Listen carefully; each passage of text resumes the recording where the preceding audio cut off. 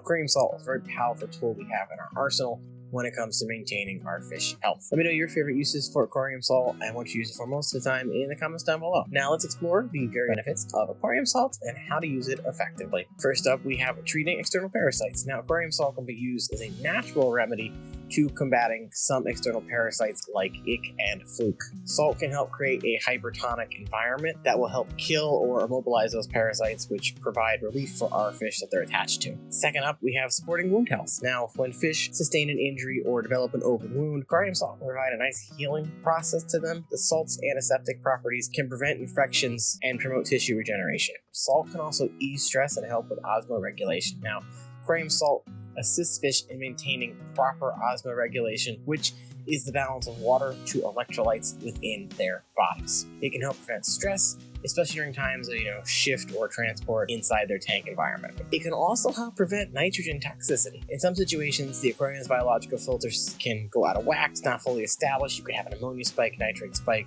and the aquarium salt can help mitigate the nitrite toxicity and provide relief to our fish. So now that we understand the medical uses of aquarium salt, let's discuss how to apply them correctly to ensure the best results for our fish. First up, you've probably heard people talk about salt baths before. Salt baths are great for treating external parasites or open wounds in our fish.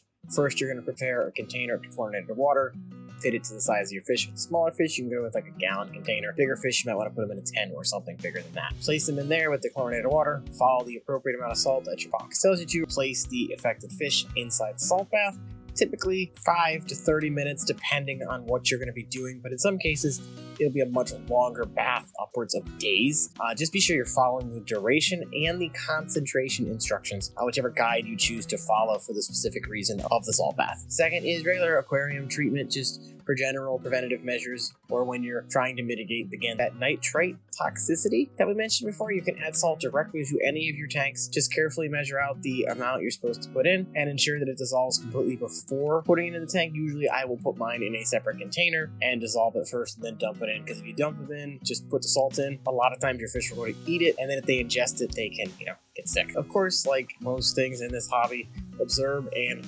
monitor your fish. You always want to keep a close eye on your fish during and after the salt treatment. Monitor behavior, appetite, and just the overall well-being of this fish. If you notice any effects or conditions doesn't improve, you might want to get a vet or some kind of fish expert involved for future guidance on what to do. A lot of times a salt bath can help fix things, but sometimes it's not going to, and you might need to step in and get that extra help you need. Now, it's also important that we understand what aquarium salt is. Aquarium salt is a specific type of salt that has been formulated for use in our freshwater aquariums. It contains essential minerals and electrolytes that are very beneficial to our fish. There are a couple different kinds of aquarium salt that are available. Some that are just pure sodium chloride, and other specialized blends that contain minerals, calcium, magnesium, potassium. So make sure you're choosing the right salt for your freshwater aquarium. Dosage. This is extremely critical. You want to follow the dosage requirements provided by the manufacturer or a knowledgeable fish expert. Different fish species have different tolerance levels for salt, so be mindful of the specific needs of your fish if you choose to use salt. Also important to note that aquarium salt